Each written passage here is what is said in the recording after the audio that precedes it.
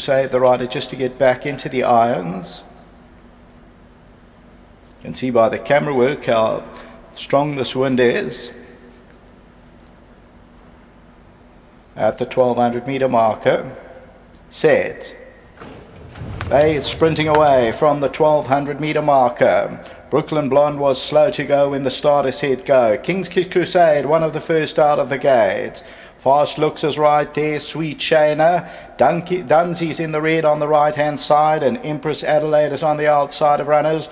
Lunatide looks very strong between horses. Along the inside of that is Lady Leisha. They're followed further back by Prosecco's mid-division, about 6 lengths off the leader as King's Kiss Crusade takes them along. Mezzonato's further back, then Dusty Magic, Bold Beauty, and Brooklyn Blonde's about 8 or 9 lengths off the lead. Running into this headwind, and King's Kiss Crusade will bring them in. Fast Looks, the green sleeves at the rail. The grey is Sweet Shayna. DUNZIE's on the outside of runners. Prosecco's getting the wake-up call. 2 off the right with the green sleeves. Now gets woken up. Towards the inside, Lady Leisha's running on. Towards the inside of that is Lunatide. Coming to the 200, DUNZIE, King's Kiss Crusade. On the outside, Prosecco. DUNZIE at the front over the last 100, and Prosecco becomes a big runner, but DUNZIE still goes, and it's DUNZIE doing enough to win it. DUNZIE won it. Prosecco second, third perhaps Fast Looks, and King's Kiss Crusade ran fourth.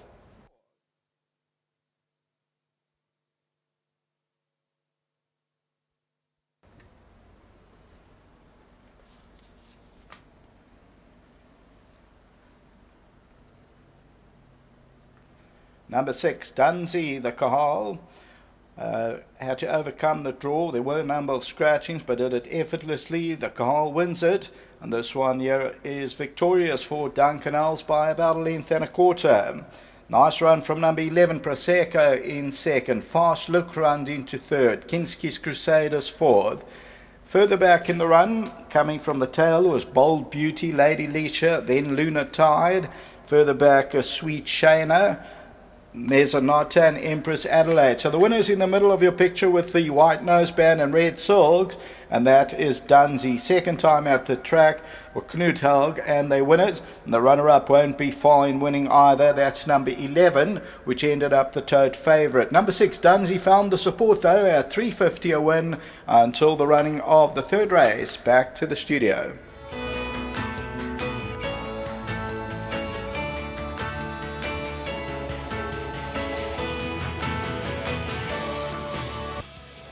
Good start for Knut Hoeg. Second time at the track, the daughter of Cahal. Her name is DUNZIE, and she's come through, still green in the running. I remember chatting to you first time out, you said she's got a bit of a quality about her. Yeah, she's a nice filly. You got to watch her. She can get herself in a little bit of a state. We've been allowed to go slowly with her. She goes down to the start with the lead pony. And I think as she races more, she'll get better as she goes along. Distance-wise, what do you think will be her optimum trip? Look, there's a lot of speed in the dam line, so I'm not exactly sure, but I got the impression today that you'd find a 14, maybe an easy run mile with her. But we'll keep her to the 1200s until she shows us what she wants to do in the future. A lot of positives coming out of this first time around the turn, and obviously still quite green. Definitely. Like I say, she's a bit of a hot filly, so we've gone very slowly with her. She's a 3-year-old now, she's only had the 2 runs. But I see she's accepted everything the right way, and I think she's got a future ahead of herself. Looking at your runners coming up, they could run into the money? Oh, look, I thought, imagine that. We'll really enjoy the extra furlong. It's a competitive little race, but I think she'll be right there.